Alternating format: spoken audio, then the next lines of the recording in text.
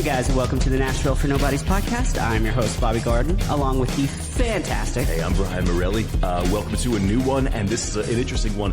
I love being able to meet our guests, the few minutes before we start recording. Yeah. And so it's really cool that we all get to dig into your story. Chris Molitor. Yeah. Welcome. Thank you, man. Yeah. Appreciate it. I gotta say, that is an epic villain last name. Molitor. The Molitor. Yeah, So absolutely. I would totally have leaned into that my entire existence. You are straight out of a comic book. I appreciate that. That's awesome. So we were talking about wearing a lot of hats. Yeah. And this is... I'm going to have a lot of fun with this episode because I think we can also touch upon artists who pursue their own artistry. We've had Broadway-centric episodes before. I think we could step a little bit outside for this one. But in the conversation of wearing a lot of hats and maybe the necessity that's kind of become now, Chris, how many hats do you wear? And can you go through all of them? I both wear and have a lot of hats. That's crazy. I love hats. But yeah. So, I mean, to answer the question, right, it's like I produce, I write, I do some coaching and, as well, mixing. I mean, I can master tracks for people. There's a lot of different hats that are worn. For me, the producing side of things actually came out of a pursuit of an artist career. And only recently did I put back on the artist hat at all. I played a few writers rounds and this guy that runs a writers round in Franklin, he pulled me aside one day and he's like, "Hey, I'm going to do this new showcase and I need artists like you to come play at this showcase." And it struck me so odd because I haven't thought of myself as an artist for years. And I went home and told my wife, I was like, Glenn Huey called me an artist today. She goes, "How'd you feel about that?" I said, "I think I'm going to record some original songs this year and put them out," which is strange. I haven't put out original songs in 10 years. But I think that back in the day, for whatever reason I had in my head, I'm pursuing an artist career, and that has to mean being an artist is the only thing that I care about, focus on, only thing that I do, the only thing that makes me money. And if I can't do that, then I have failed in this pursuit. I think that's a common mentality. It is. And if you can do that, then awesome. But for so many of us, the goal at the time was I want to be a full-time artist as opposed to I want to make my living doing the thing I'm most passionate about. Mm-hmm. And overall, that's just music. Music's the thing I'm most passionate about. And being able, so at the time it was, again, I think the pendulum swing thing. It's okay, I didn't make it as an artist. So pendulum swing, I'm going to completely lay down that artist hat and then figure out a way to put on all these other hats, producer, songwriter, coaching, all these things. And it's only been in the last few months that I realized I can put on the artist hat too. And it doesn't have to be the only thing. It can just be part of the thing. It doesn't even have to be necessarily for the sake of finances or making a career as an artist as well as producing songwriting, just for my own enjoyment, just for my friends and families and community that they love the songs I'm writing. Why not? So I think you can wear the artist hat along with all the other ones. And it actually can just be a piece of the pie, not the entire thing, if that makes sense. All right. And having the other pieces improves your artistry. Yeah. So even when you're not focused on your material and you're, producing or mixing for someone else, you're still learning and absorbing and ideas are still flowing. So the artistry doesn't take a back seat. It just changes its viewpoint. Absolutely. I think that for me, the big struggle when it was only artistry too was the financial piece. Was you're putting all your eggs in this basket. If you're not making a living off of your artistry, again, you feel like you have failed.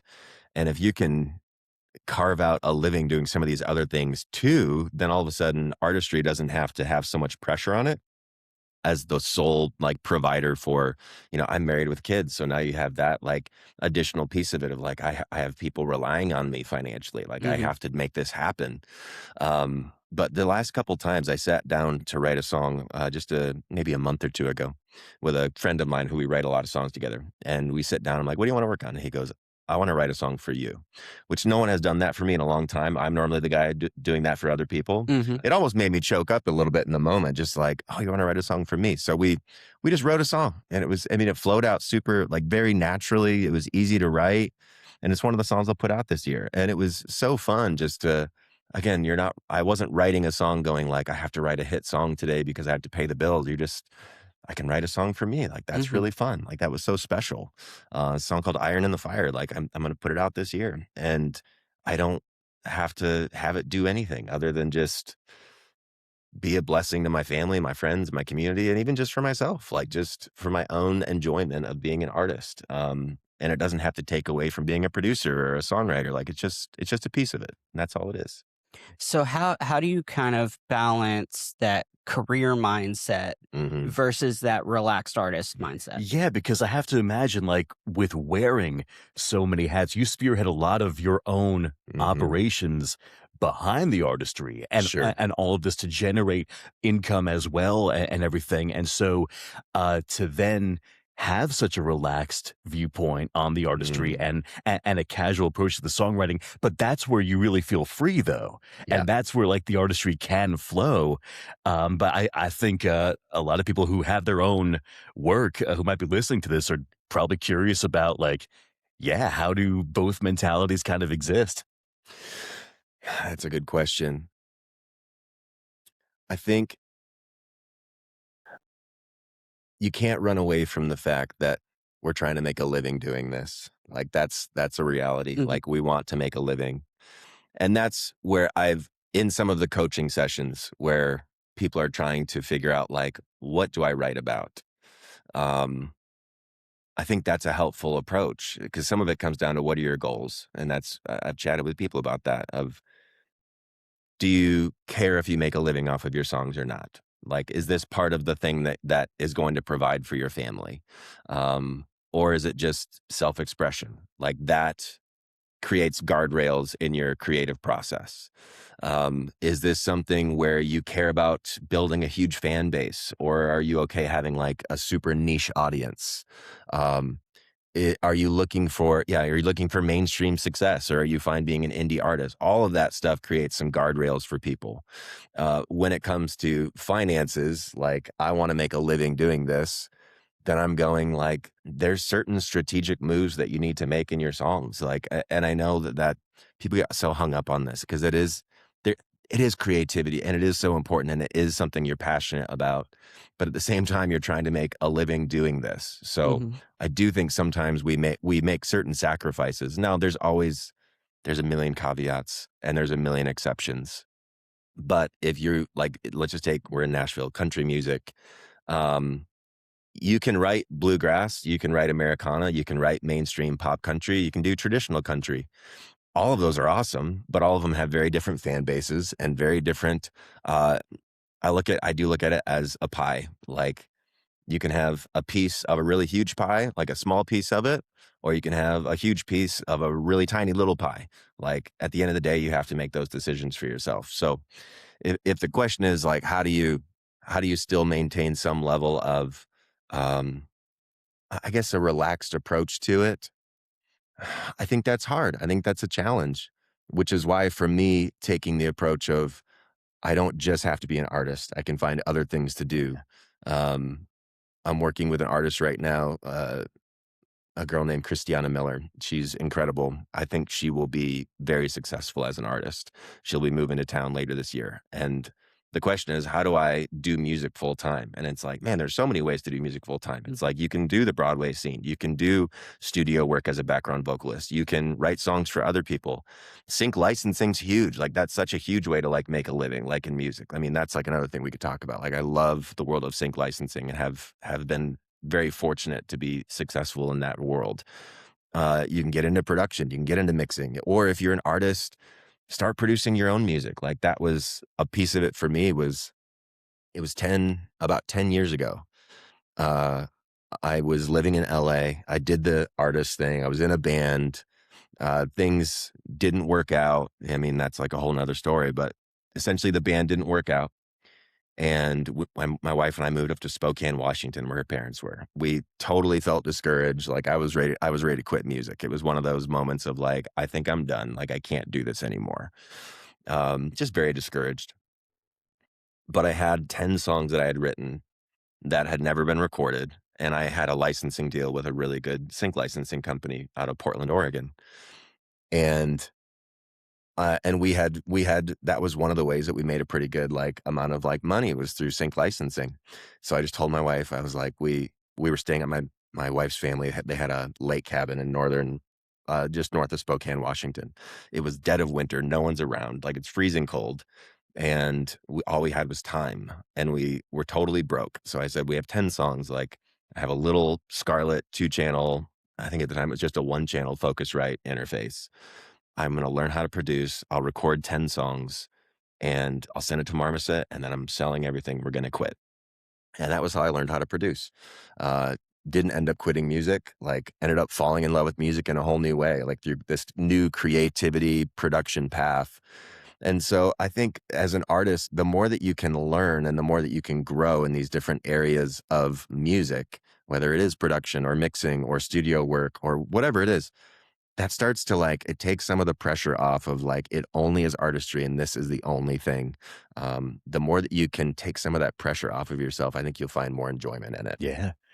You might find something new you're passionate about in that same 100%. field. Yeah. Or a new passion about something that you've been doing. Yes. Yeah. Yes. Being able to look at it from multiple points of view is always an asset. Yeah. I want to backtrack a little bit. You mentioned asking about artist goals when you're doing your coaching. Yeah.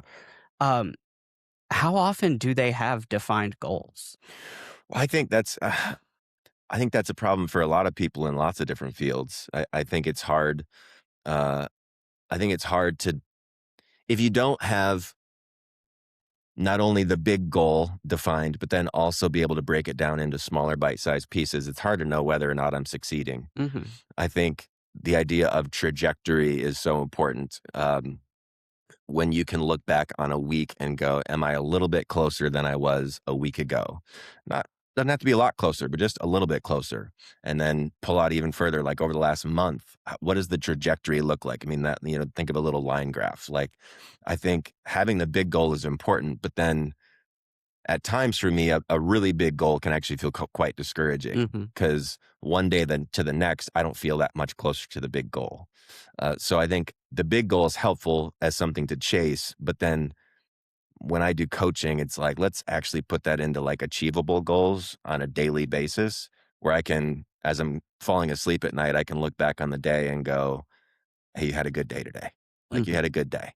I even do that for myself. Last night, falling asleep, it was just like, you had a good day today. Like, and that's actually a really encouraging thought of like, today was a good day. I did the things that I needed to do.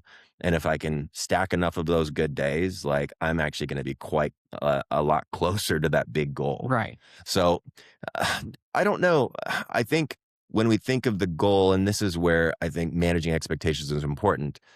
Obviously, all of us, if you have a goal to be an artist, we look at the Ella Langleys or the Riley Greens or the Luke Combs and go like, that would be amazing. That would be amazing. Like, that's incredible. But for me, having the goal of, I just want to make a living doing this thing I'm passionate about. You don't have to be at those levels to do that. Like, that's the top 0.001% of artists. There's a lot of artists making a really good living doing the thing that they care about and that they love. So once I change my perspective of like, I don't need to be playing stadiums. I just want to make a good living doing something I love. For me, that's something. I have 2 boys at home, Henry and Desmond. They're 4 and Desmond's almost 3. I want them to grow up knowing like, Dad loved what he did for work. Like that for me is something I'm really passionate about. Like, I don't want to be the guy that comes home at 5:30 and is like annoyed that I hate what I do for the majority of my day. I want my kids to know like, Dad actually loved what he did. That doesn't have to look like millions of dollars a year, although that would be really great. It just means like, I don't want to live stressed out every single day. Either because I don't make enough money or because the thing I'm doing for my money is something I actually hate. That for me is a really, it feels very achievable when you break it down like that, especially when you start looking at all the different things you can do within music to make that living. Doesn't have to be one thing. So do I think a lot of artists have goals set out like that? I don't. And I think more of them should. I absolutely agree. I think that if you're not doing that, you're severely handicapping yourself. Mm-hmm. And to kind of add on to your point, like viewing music, it's almost like the overwhelming population views a music career as you are Luke Combs or you are a garage band, and there is nothing in between. Mm-hmm. And you don't look at any other career, any other prestigious career like that. Like if you're thinking of doctors, the general doctor you see, a few times a year, he's still a doctor and you respect him for that. He didn't cure anything. He doesn't have his name on a brand new discovered disease. He's not a neurosurgeon, but he's still a doctor and he's still well respected for that. And, being able to play consistently and make money consistently is that. You're still that. Mm-hmm. You're just not the one that's going to be in the science book. Mm-hmm. And there's absolutely zero shame in reaching that level and not going any further. That's already outstanding. You've already broken out of so many confines that people place you on just to get to there. Mm-hmm. And you talked about your kids. That's one thing I want my kids to see. I've got one right now that she's about to turn 18. She's looking at college, what she wants to do. She's very creative and wants to do an artistic career. And everybody on her mom's side is like, don't do that. Go to school, take it in a business direction. Like she wants to do graphic art. So they're like, okay, be a graphic designer for a corporation. And that's not what she wants. And I'm trying to tell her, like, you don't have to. You can build the life that you want and you're happy with. Just because other people don't want that for themselves doesn't mean that you have to follow any kind of mold they set. And that is the one thing that I love being able to demonstrate is like, I thought that too. I went to college. I wasted that time and money and got nothing out of it. And then said, no, I'm going to do what I want and build the life that I want. And here I am doing exactly that. So it's not impossible. And it's not even, they talk about the inconsistencies in our career, but as you're talking about, you can do so many things. If one thing isn't working right now, you have so many other options.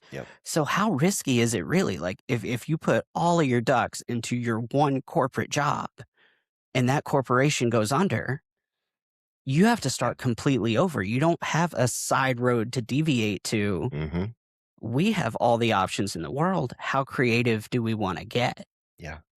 And so these are all the things that are consistently overlooked that I'm trying to make sure my kids understand. So I definitely commend you for that being a forethought in your mind because it is something I think about constantly.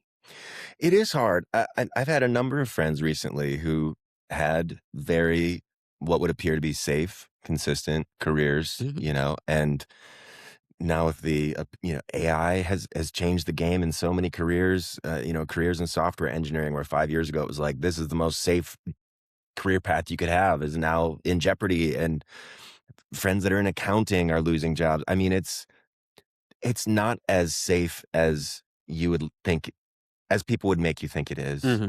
There's no guarantees. And so for me, it's like, yes, write your own ticket if you can, especially if you have a passion and a skill set towards a creative field, like go for it. Those safe jobs will be there, I mean, but if you have a passion to pursue something of your own, that's beautiful. Go for it, and some of these things are like long-term investments, like sync licensing. I mean, we could talk about that for a long time. Like I love the world of sync. Something that's so crazy about sync licensing is you could create a 60-second instrumental track. Like, I mean, with very basic home studio gear, very basic. Even a cheap condenser mic, one channel Scarlett Focus, right? Even with GarageBand, you can do it. But let's say you use Logic. I still use Logic. I love Logic. You can create a 60-second instrumental track that can pay for like a down payment on a house. the crazy part about Sync, I mean, I just had this happen recently. It's a song where I made it in my bedroom. Maybe it took 2 hours to make. I mean, I made it 8 years ago. Mm-hmm. No one's touched it. And I just found out like a huge brand is interested in it. I mean, like it could, you're talking like $10,000 to $20,000 off of a 2-hour investment. Now it took 8 years, like, but again, like if you're talking about building a career, you could make a 60-second track once a week for years on end and build this huge catalog that, like, again, it's just money in the bank that comes in randomly at times. I mean, and that's what I have found is when you start making those little investments, whether it's like, okay, I'm going to learn how to produce. So now I know enough to produce that I can put out my own songs once every 6 weeks if I want. I don't have to now save up $3,000 for a producer every single time. Although, like, I love producing for other artists, and there's some people that just don't have either the desire or the skill set to like self-produce. I do understand not everybody has like that ability. But if you do have the ability, or at least the desire to try and learn, like there's so many resources. Like you can produce your own music and put it out. Like that first album I did, I didn't even know it was going to be an album. The 10 songs that I did in that log cabin, like up in Spokane, Washington, that was the first thing I ever produced. Like one of those, and I don't even, I go back and listen to those tracks now, and like I'm like I cringe when I hear it because it was the first project I ever did. So I'm going like 10 years ago, Chris, like what were you thinking in this mix, and what were you thinking with these things? One of those songs got picked up by Jeep. Like it was like a Jeep commercial. Like wow. That's crazy to me that like the first project, like you can do so much with so little. Like you just have to invest some time. That my first step in that process when I told myself I'm going to learn how to produce, I found a YouTube channel. It's called Music Tech Help Guy. I don't even mind giving him a shout out because his material is awesome. And I just treated it like school. Like I'm going to just watch, it was like tutorial 1 all the way through, like he's got like 300 videos, really good stuff. And you just treat it like school. It's like, I'm going to learn how to do this, you know? So you don't need a huge setup to actually create impactful music for people. Not only music that like will impact human beings, but also can impact your bank account. Like you don't need a huge setup. You don't need a $10,000 microphone or a huge like console or anything. Like it's very basic, and you can do so much now. I wish more people like understood that and would start investing in themselves a bit. At the end of the day, I think that's what we want. Like we want a career doing something we care about. Like we'd love to be able to let go of all the side gigs and just do music. I think that if you talk to most artists, they would say like, that's what I want. Like I just want to do music. And I think with a few minor tweaks in their approach, they could do that much sooner than they think. So what are you seeing as one of the biggest roadblocks to kind of taking those steps to invest in themselves?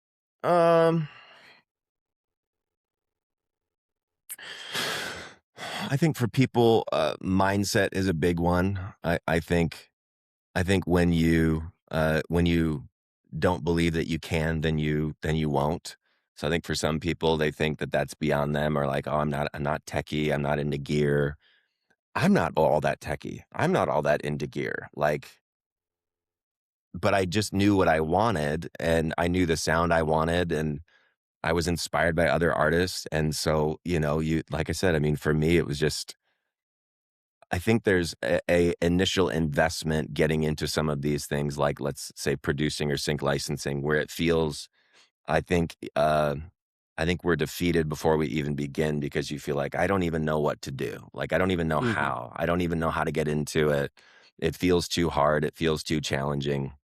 I had the benefit of like, you know, I had my 6 months in a lake cabin where you're just like, it was dead. I mean, it was like -5 degrees out. So you're just stuck in the lake cabin. So, I mean, that was for me, my moment of, I'm going to learn how to do this. I have to invest in it. So I think for some people, they get, I think there's some mindset issues of, can I even do this? I think that there's also some intimidation of learning something new. I think those are some of those limiting beliefs that keep people from doing it. I also think there is that, I mean, we've talked about it. I think there's that idea of, but I just want to be an artist. You know, I just want to be an artist. I just want to do this. I just want to do that. I only want to be a songwriter. I only want to be a this or a that. And unfortunately I guess for all of us, like, I think those days are a lot harder to come by right now. Mm-hmm. I think it's really challenging to do just one thing and be able to have a career doing it. Obviously, some people do, but for me, it was like, instead of waiting for that day to come, why not wear a whole bunch of hats and attempt to forge my own path, so to speak. But I think some of those are the things getting in the way for people. Yeah. I think you have to wrap your head around, like, I'm gonna have to do more than one thing. If you get to the point where you can let the other things go, that's awesome. But I think it also depends. Everyone's different. If you can be happy working a side job that has nothing to do with music, and that's what's paying your bills, and then you're able to do music with the rest of your free time, if that truly can fulfill you, then that's great. Like, I have no problem with that. But I think for a lot of us, we are just looking at the clock all day when we have those jobs, Mm-hmm. like looking at the clock, hating our life, stuck in traffic on the way home. That's part of my story. Like, my season in Los Angeles, I don't actually look on those years very fondly. I worked a full-time graphic design job gig. I like graphic design. I didn't love graphic design. Mm-hmm. And I worked for like a corporation. Very long hours, high creative output, stuck in traffic on the way home. We lived in an area called Los Feliz, which we had this really cool little apartment, but there was no parking. So you had to do street parking. So I had days where you're stuck in traffic for 30, 40 minutes on the way home, going only a couple miles. And then I would have to circle my apartment for 30 minutes trying to find a parking spot. And those were draining days, Mm. where then finally get to up to your apartment, you finally eat something, and now I'm gonna try to, like, write something really creative or do something really creative, when all I wanna do at the time was, like, I just wanna go have a drink and relax because I feel so burned out. Those were hard years for me because again, it depends on your personality. I was not a person that, once I've given all of that output all day, where, like, I'm gonna go sit down and write a good song. That was really hard for me to do. Mm-hmm. Now, thinking of it again like pieces of a pie, going like, okay, today I'll spend a few hours producing, I'll spend a few hours making content for social media, I'll spend a few hours writing some songs, spend a few hours maybe writing a song for myself. All of that feels like it works really, really well, very cohesively. And none of it feels like it's draining, because it's all things that I love doing. Like, Yeah. I've found passion for all of those things individually. When you can get done with one task and feel Yes. accomplished and Mhm. happy about it, it makes it so much easier to move on to the next one in good 100%. spirits with good energy. You're not going to 100%. feel that burnout. You're not going to feel Yes. that burnout at all. I remember reading an article about corporate burnout, specifically in that Yeah. atmosphere. And I read it when I was at my highest level of corporate burnout at the time. Yeah. And it was, I don't know if it meant to have a pessimistic angle, this article, but it was more just like, you're not going to come back from it. Yeah. And I definitely internalized that message for the remainder of the years I was still in that field. It took, it took a pivot, but it took a moving to Nashville, uproot everything, and then, bring yourself here. So I understand that creative people have, yes, the creativity to pivot, definitely, but how much of it is jumping without any sort of safety net? Mm-hmm. Possibly a lot of it. Mm-hmm. And Well, and if you believe taking- the people around you, all of it is jumping without a safety net. Yeah. And I think that's part of that inaccuracy I was talking about. Yeah. Like, if you understand the world that you're jumping into, then you understand that Right. it does in fact make a lot of sense and it does work. There's a system to it. It just looks different. Yeah, Mm-hmm. entirely. Yeah. That burnout is discouraging.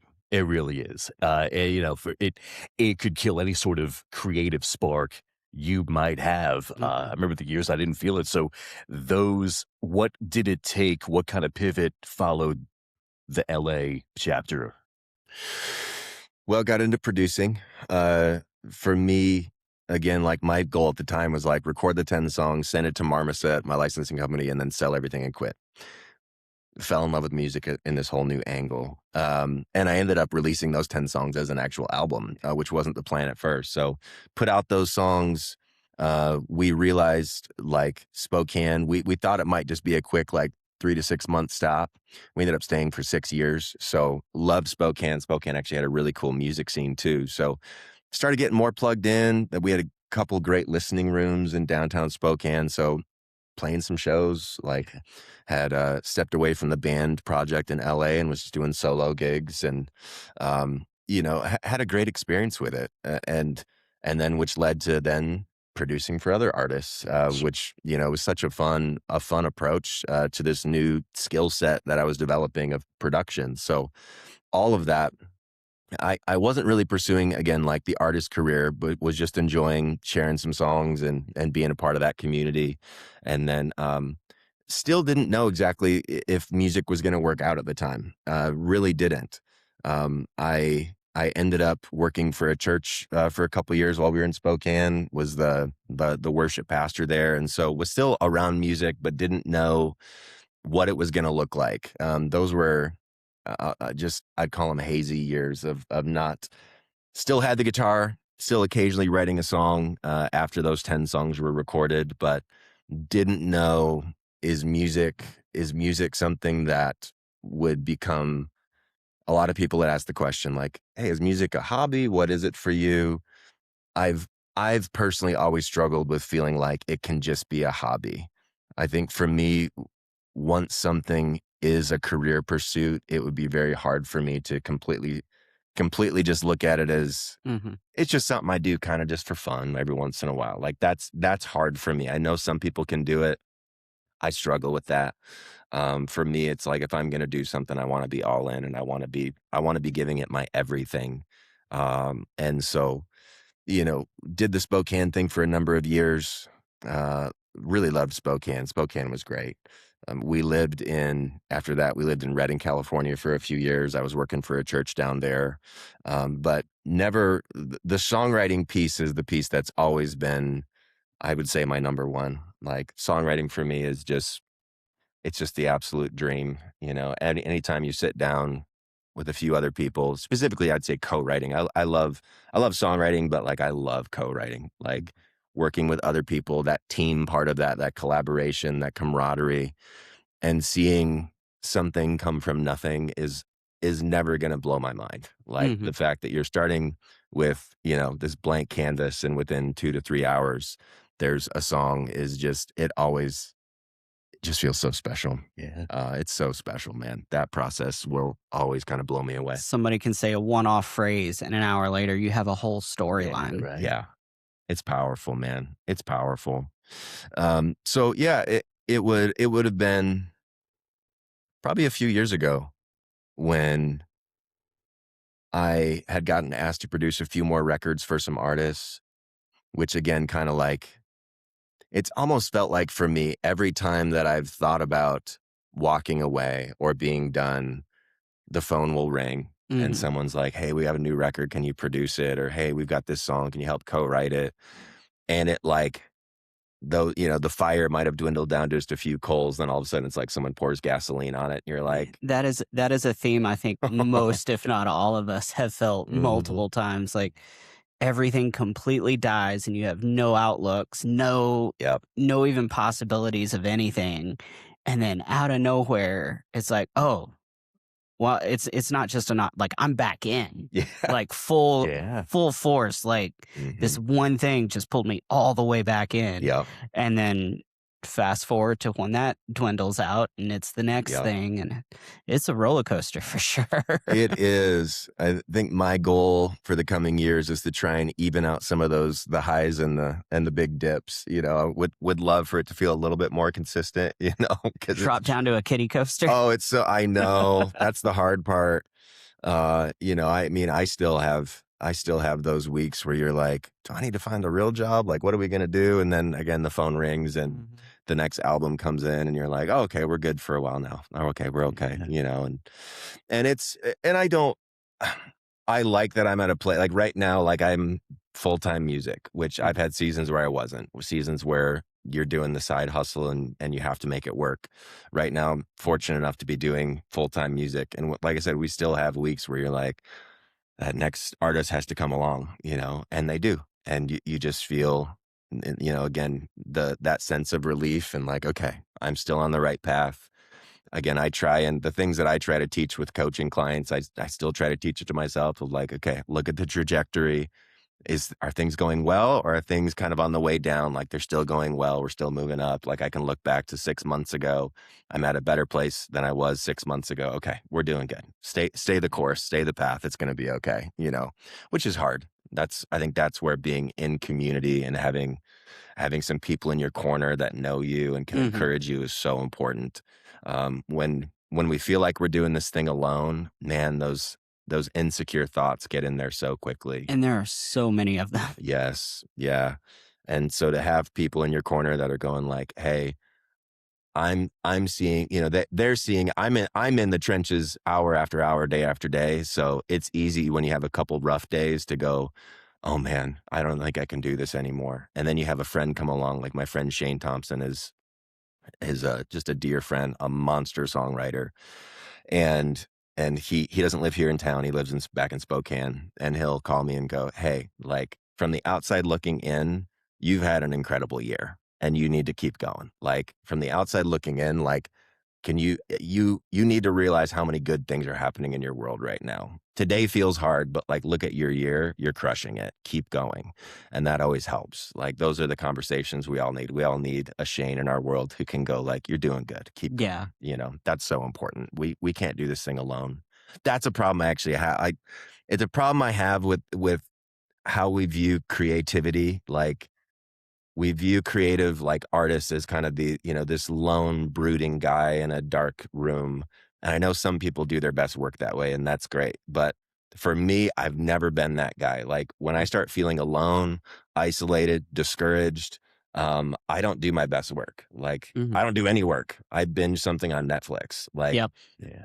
I'm the guy where when I'm feeling positive, uplifted, encouraged, that's when I do my best work. Like when I'm around other people that are pursuing the same thing, and I feel like I get energy from that, and I feel like the most alive when I'm working with other people.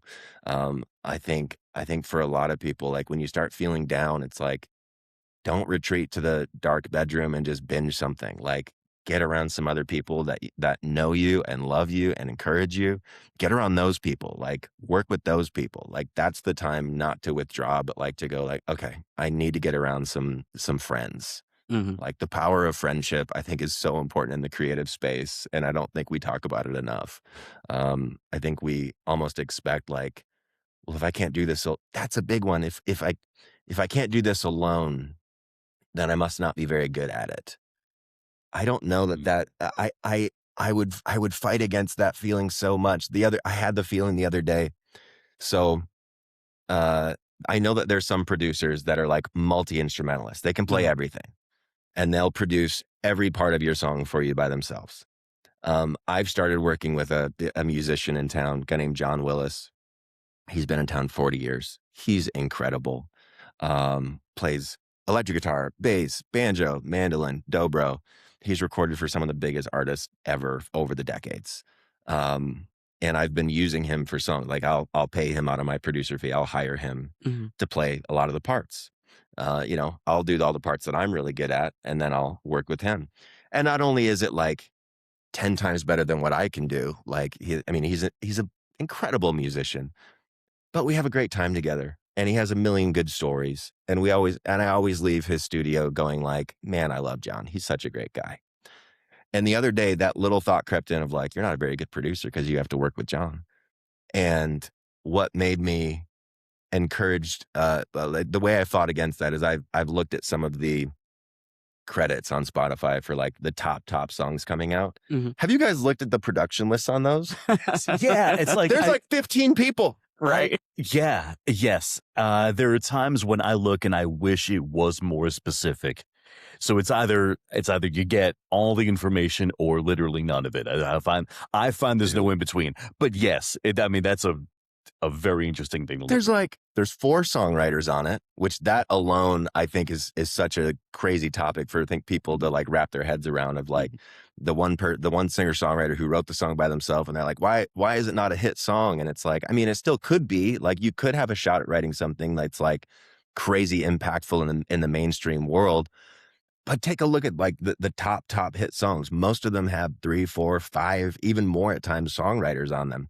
Then look at the production list. There's like 3 or 4 producers, there's vocal engineers, there's studio engineers, there's vocal coaches.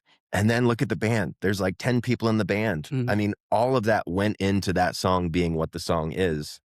And for some reason, I'm like kicking myself because I used John on a track, like, because I couldn't do it only by myself. I had to use one person.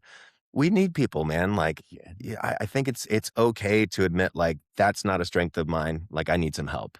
Well, even if you were like astronomically gifted at everything, you were the best at everything. Yeah. You have a flavor.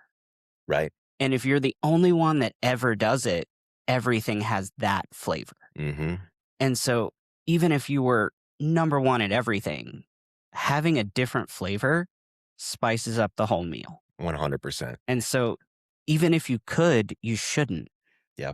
That's a good chef, though, is to know what to use. That's a good producer, is to know who to use, who could really self-arrange. What flavor does this meal need? Yep. 100%. 100% agree with that. Yeah, I think of that even in the sense of songwriting. Like there are co-writes that I go into where I know right away, like I have the most experience in the room. And that's okay. Like there's moments like that and you put on that hat and you go like, okay, like I need to keep things moving forward. I got to be thinking through melody and structure. And I'm thinking in terms of, okay, how do I lift everybody else up? But there is in the back of my mind going like, okay, right now this song will be as good or as bad as like my ability right now, which is why what actually I love being the worst songwriter in the room. Like I love going into a room and going like, oh, you guys are all way better than I am. Awesome. Like I get to learn today. Like I get to be a sponge today where and I would encourage any songwriter out there, especially if you're new, but I think it impacts everybody. It's so easy when you get into those rooms with guys who have more experience and more success than you to go, I'm going to prove myself today. I'm going to prove I belong in this room. And so you start treating it like a competition. Like, okay, if they scored a basket, and to use a basketball metaphor, I'm an old basketball player. Like if they scored a basket, I got to score now. It's my turn to score. No, it's not. Like you don't have to try and do anything. Like pass the ball. If I was on a team with Michael Jordan, I'm not going to try to prove that I'm as good as Michael. I'm going to go like, we're going to try to win as a team. And probably the best chance of that is I'm going to pass. Now, there's times where like I have a good idea and I'm in a room, or at least I think it's a good idea. I'm in a room with songwriters who are better than me. I'm not going to be afraid to throw out the idea. Like, never be afraid. But when you get in a room with better writers than you, like be a sponge, man. Just soak it all up. Like I love being the worst songwriter in a room. I can learn. I can pass the ball. I can just observe. Like that's how you grow. You grow by getting around people that have different spices and flavors than you do. I had a long conversation last night, just one of those random, insightful conversations with my girlfriend about intelligence. And I don't remember what show we were watching, but there's some guy on there. He was kind of just being a dick, that overconfident, I'm right, everybody's beneath me type.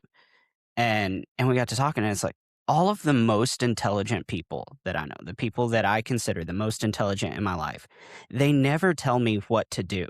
They ask questions. Yeah. They might throw suggestions, but they always come in well, why couldn't you do this? Why does this not work? Is this a thing?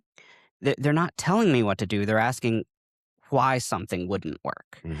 And the people that I deem less intelligent or that I wouldn't put stock in their intelligence consistently act like they know exactly what to do. And I never really pieced it together that's how that formulated. But yeah, if somebody is like very headstrong and like, do this, do this, do this, do this, I don't trust them. Well, it's the, what's the old adage? It's like, do you give someone a fish or do you teach them how to fish? I think that's, in coaching, if I do a coaching session with somebody, I'm not giving them a lot of answers. I'm asking a lot of questions because the reality is the moment that I'm not wanting to just give them information, I'm wanting to teach them how to find information. I want to teach them how to think through this stuff so that when I'm not on a call with them, they still know how to go through the same process of like, okay, how do I solve this? How do I figure this out? How do I approach this problem in my world? And yeah, sometimes like it's nice to just tell me the answer. It's like, okay, we can try and just like tell you like even more than answers at times, what I'll try and do for people is set goals for them. Like, okay, here's at least some goals. Here's some tangible things like in the next month I want you to do. And I think that can be helpful. Like, but it's also helpful to teach them, how do you set your own goals? How do you do your own, like, how do you manage your own success in your own career? But I think the questions is the most important thing. Teaching them how to think, not just what to think. Teaching them how to approach problems, not just solving the problem for them. I think that's figure out what their path is, Yes. and then just help fill in some of the details. Yes, 100%. That's brilliant. I think that's what a good coach does. A good coach asks the right questions. Yeah. And at the end of the day, none of the answers mean anything if they don't have the why. Yeah. If they don't understand why that's the answer, then they've got nothing of value. Yeah. They just move past that question. Yep. The next month when they hit the next roadblock, they weren't given the tools to know what to do about it. You know, so you're probably going to get another phone call as the coach of like, hey, help me fix this one too. That I like coaching for people, but I also like seeing them find success like on their own, like to be able to like solve those things. So yeah, it's a brilliant observation you made. Like, the best people ask the best questions. Going back to being a dad, that's one of the things I have. I also have a 7-year-old, and my dad was very much the classic dad of you do it because I said so. And I very ADHD, very neurodivergent. Like, if I don't know why, it doesn't mean anything, so it can't stick. Yeah. And so, yeah, you can tell me don't do that a million times, but if I don't understand why I can't do that, I don't know that I'm not supposed to do that. Yeah. And so with my little girl, she's the lawyer little girl. She's the one that dissects everything you say. And so the why is even more important. And she's absolutely brilliant at understanding. She'll be like, Daddy, can I take this toy to school with me?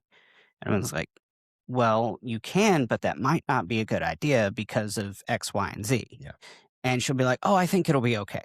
And a couple minutes later, she'll be like, actually, I don't think I want to do that. And I'm like, perfect. You learned what's happening. You learned the concept. So now it's not a problem anymore. There's not a answering the same question a million times. It's okay, you've learned that this is how this works. You've made that connection. And I've seen it a million times. And thinking back, like I got a lot of what I was supposed to do and not supposed to do, but I didn't understand why and why it was relevant until much, much later. And I mean, I'm sure I messed up a lot of things throughout my life just because I never made those connections. So. Yeah. I absolutely love the parallels between not just the coaching and creative environment, but parenting and dealing with people on every level. It's remarkable how much I learn about the world from just very minute bits of information that shouldn't seemingly apply to anything else. Right.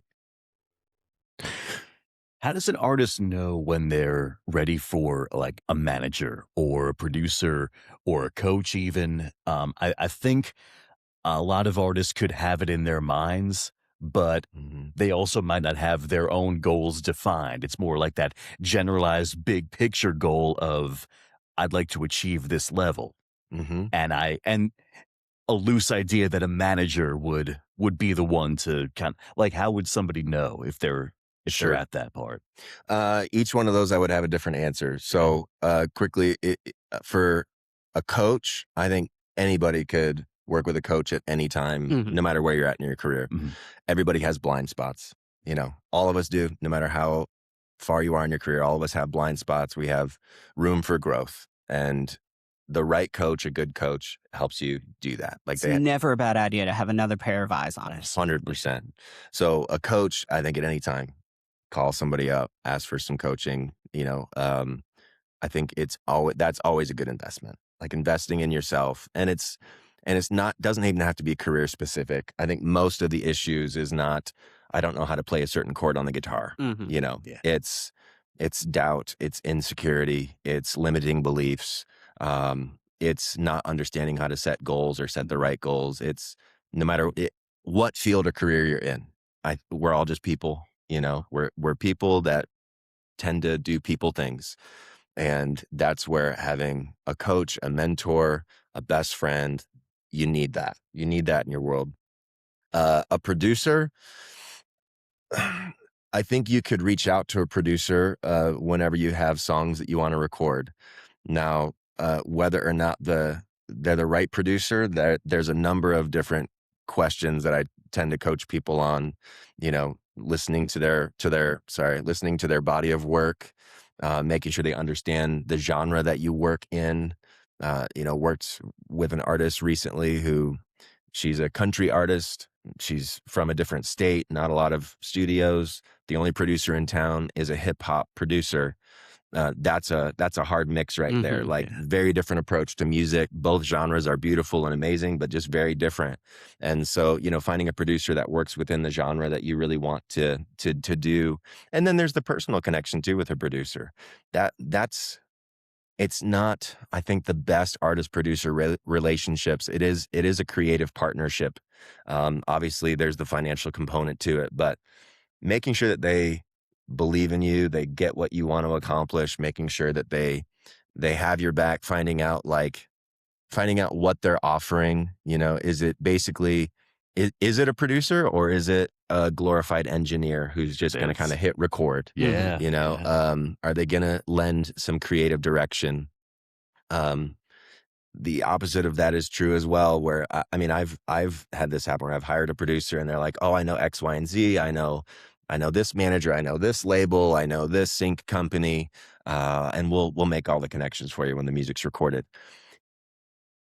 Those promises shouldn't be the only reason why you work with that producer, because they can't control whether or not those people like your music, whether or not they're going to listen to your music, how they're going to respond to your music. They can't control that. So those are some of the promises I hear producers make that I go like, I wouldn't promise that, because if it's not tangible, if it's not tangible. real. Yeah. At the end of the day, what the producer's providing is what they should be providing is an excellently recorded song that you can be excited about for the next 10 to 20 years or for the rest of your life. Like, you don't want to walk away having that master recording and go like, crap, this isn't very good. I don't like it. And I run into that all the time, actually. What is it? It's you can get something good, fast, or cheap, and you can only choose two of the three. Yep. You know, it's like, if it's going to be good and cheap, then it probably won't be fast. If it's going to be cheap and fast, it's probably not going to be good.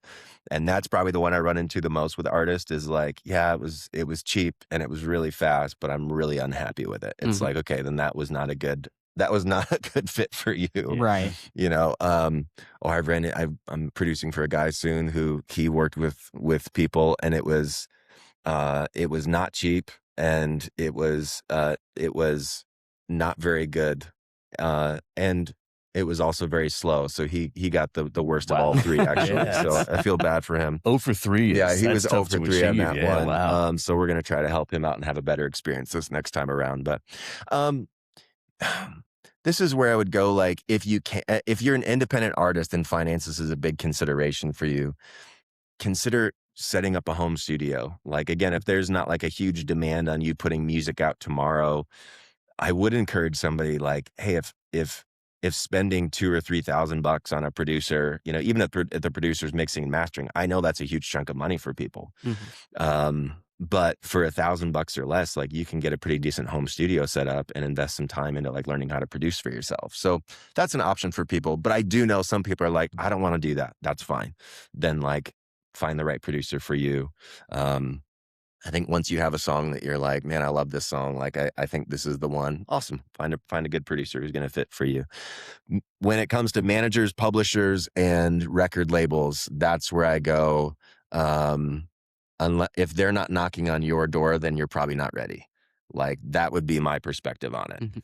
I think a lot of people go, man, I need a manager. If I had a really good manager, that would catapult my career. Managers manage. So if you don't have anything to manage, then you don't actually need a manager yet.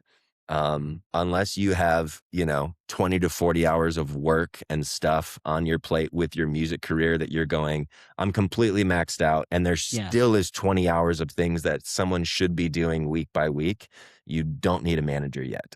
The biggest indication for me of, are you ready for a manager, record label, or like a pub deal? The biggest indication is, are they contacting you? If they're contacting you, then you're ready for it. Like, you've made enough waves on social media or live shows or whatever it is where people are now knocking on your door. Those three relationships, manager, publisher, and label, ideally, those are not the things where you're knocking on their door going like, please take a peek at what I'm working on. I think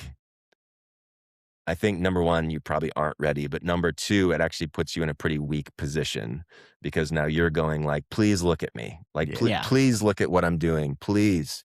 You're coming to them almost out of desperation, which is not actually what they're looking for. What they're looking for is like a fire that's already burning, and then they can pour gasoline on it. And if they are looking for desperation, that's not at all what you're looking for. Yes. Oh, yes. no. I heard a quote one time that I akin to this a lot. It was, you don't buy a private jet because you can afford it. You buy a private jet because you can't afford not to. Yes.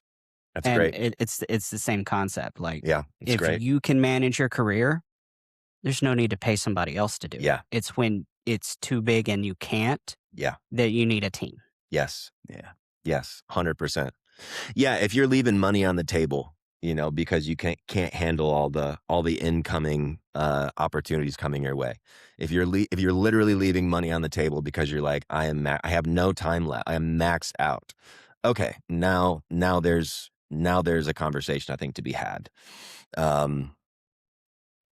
And there's exceptions to that. I do know there's exceptions to that. Like, I know that there's some artists that are just working so hard and they're grinding so hard. And for whatever reason, they're not getting the attention that they deserve. Like, are they ready for some of those relationships? Probably.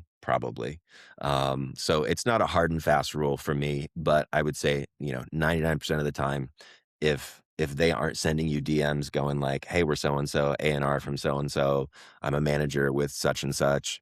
If those DMs aren't coming in yet for you, then I think there's still work that you can do on your own to get to that place. Yeah. So what would you tell somebody that's kind of hit that wall where it feels like they need somebody else to get them through that kind of roadblock? Like, how do you kind of navigate that? If I was sitting with that person right now, I would start to ask questions, as we talked about. I would want to figure out what are the actual roadblocks. And I think if it were me, off the top of my head, my guess would be, it's not that you're actually running out of time and capacity. It's probably just, we need to move your time and capacity around. And again, if we're talking about a person who hasn't been contacted by managers, and I would want to look at where their time is being focused. What are they actually investing in? I would be curious about their financial situation. Like, are you already making a full-time living doing this? That's the tipping point. That's hard. Typically an artist like that is working either part-time or full-time at a different type of job. And music is this, like, it's the side hustle that they're really trying to make work for themselves. That's the leap of faith that's required, is you get to that place of, okay, they're showing me on paper, like, I'm doing X, Y, and Z. I'm posting 4 times a day. I'm playing all these gigs. I'm playing the right gigs. I'm in the right co-writes. I'm doing all the right stuff. And I am, I'm working till 5, and then I'm working on music from 5 to 10 or 11 at night. I'm getting up early. I'm putting in a couple hours of content in the morning. Okay, you're doing all the right things. Now there's that leap of faith moment of, okay, that full-time job now has to become a part-time job. You need those hours. You need those hours. Even then, I wouldn't say, okay, it's time for a manager now. Like, because the reality is, like, a manager is now going to take 20% or whatever it is of the income that you have. So now actually you're less financially set than you were, like, by 20%. And And you're still going to have to make the leap at some point because he's going to actually bring you more opportunities too. So at some point you have to walk away from that job, or at least minimize it, get it down to a part-time situation.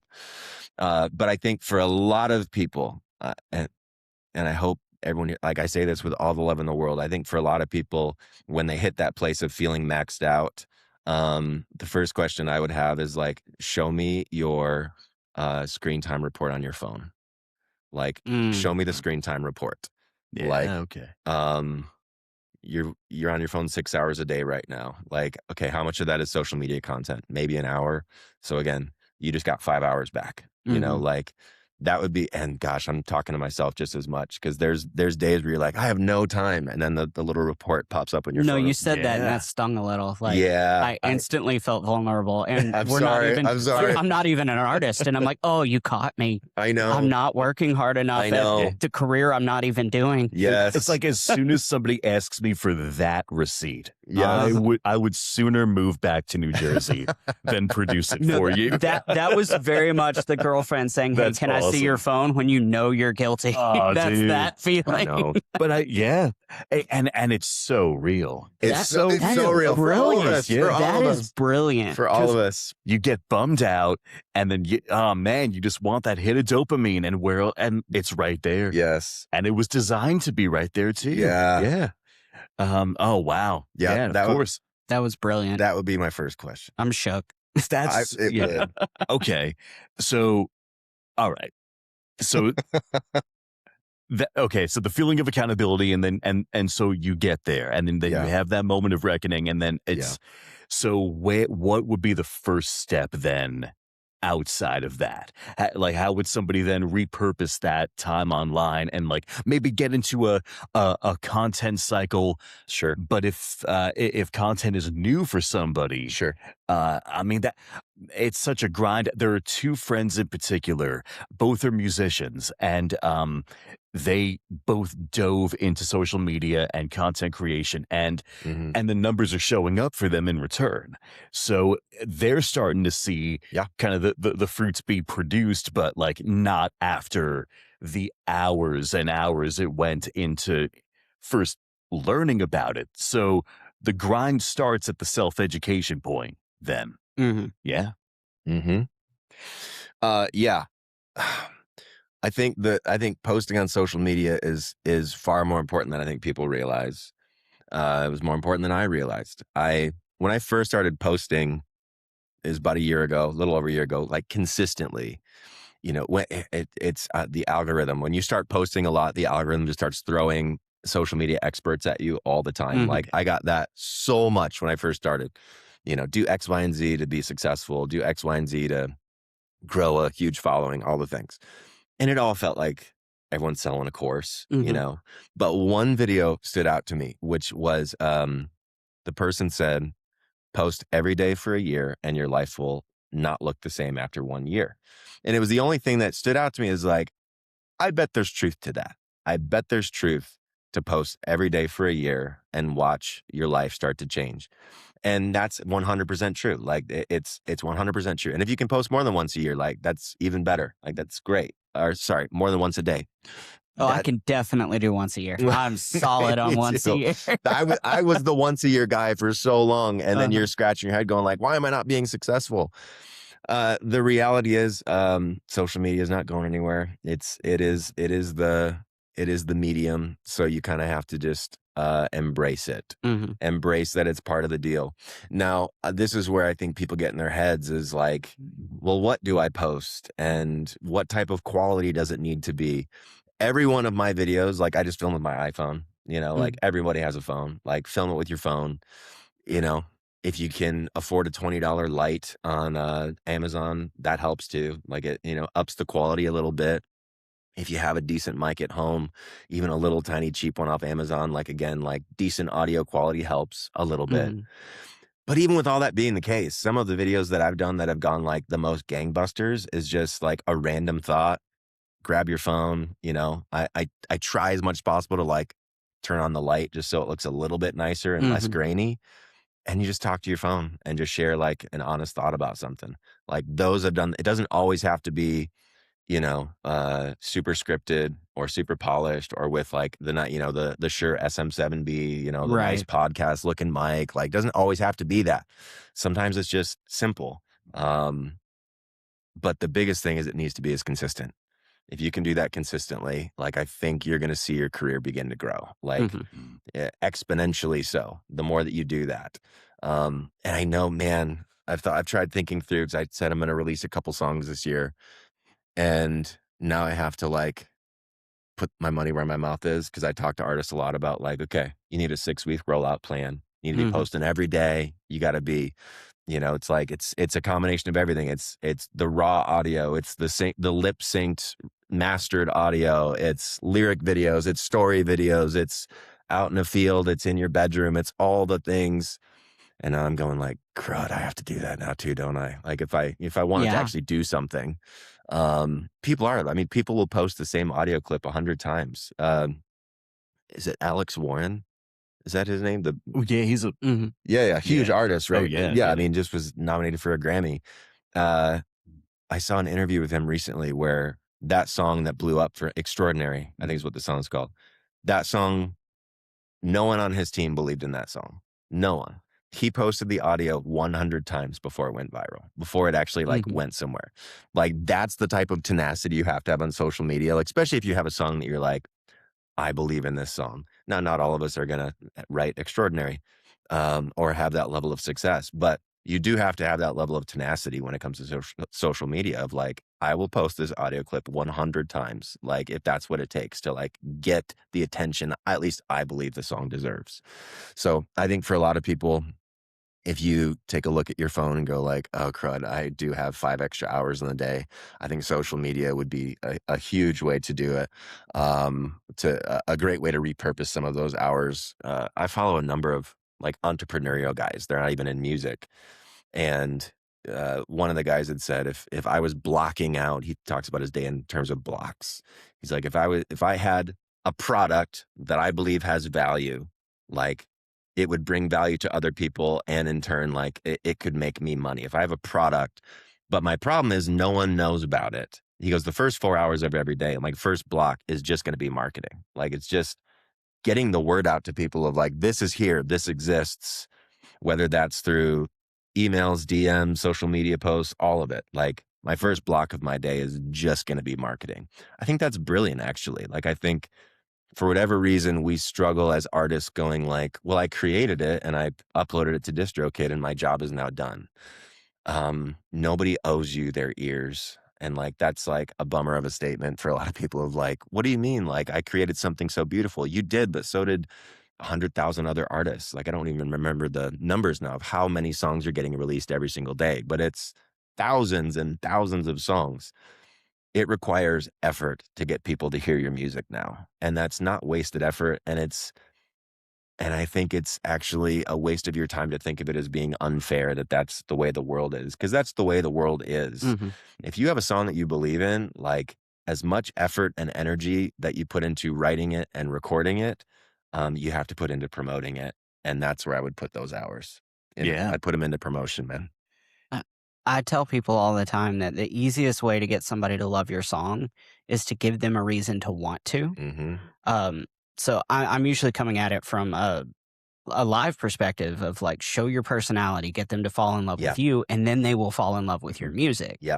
How do you transpose that into content? How do you what's a good kind of just general way to get your personality injected into your social media content so that people have that opportunity?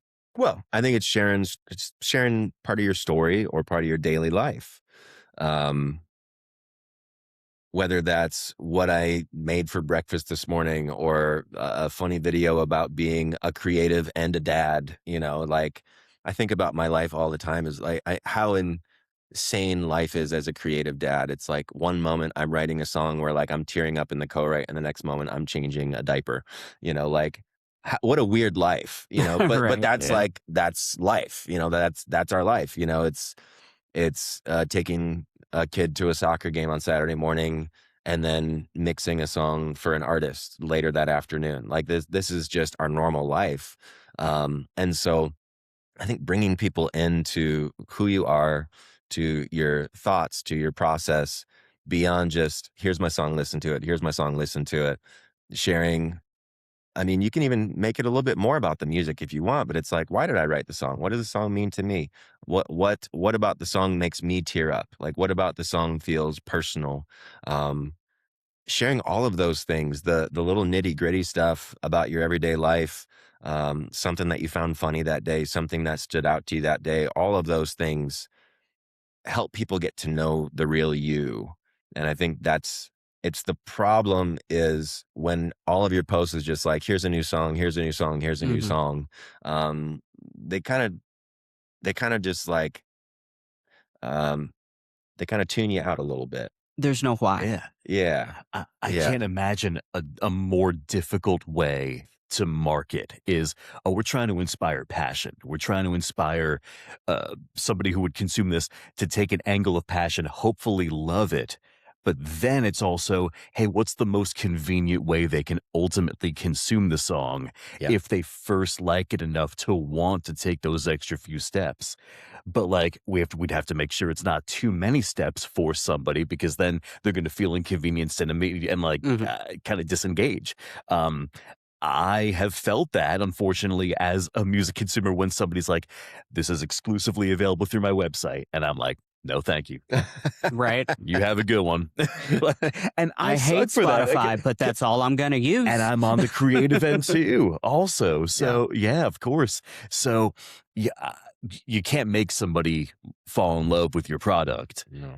And also, I apologize. I'm not trying to take any sort of pessimistic angle. It's purely the realistic factor of like, it's hard enough to generate passion and then to inspire somebody for that with that call to action of like, and here's where you Mhm. find it. Like, Mm-hmm. yeah, Yep. that's tough. And it And can in be a system discouraging. where you Yeah. can skip over it, like, you can't just rely on the repetition. Mm-hmm. Like, that works great with radio because you don't have an option. You will Mm-hmm. hear the same song 1,000 times because you can't skip it. Mm-hmm. But social media, you can swipe. Oh yeah. Spotify, you can skip. You have to have a reason to stay. Oh yeah. The idea of like creating a hook at the beginning of your video. I mean, it's so wild. I mean, you see the best people doing it, and again, there is a sense of injustice in it of like, why is this the way that it is? Why do I have to do a goofy dance at the beginning of my video to hook somebody enough to stay for more than 1.2 seconds? You know, like, but you kind of do. Like you Mhm. just, but you do if you care about it being successful on social media. If you don't care, like if you're just like, hey man, I just want to make music and I'm okay if only 50 people hear it. Awesome. That's great. But if you have aspirations beyond that, like I do want my song to go viral to some extent, then okay, you're playing the game now. Yeah. Like you're And playing the that's why game. you need those fleshed out goals so that Mhm. you know what is and what isn't important. Yeah. Yeah. Yeah, 100%. I don't need to spend 10,000 hours doing social media content if I just want the music on Spotify. Yep. I can skip all that, just put it on Spotify Yep. and tell my friends. Yep. Yeah, absolutely. And I think, I'm working with I just produced for a band that came to town and they were asking me about release strategy. Like, is it every 4 weeks? Is it every 6 weeks? We did 3 songs. So it's like, when should we put these songs out?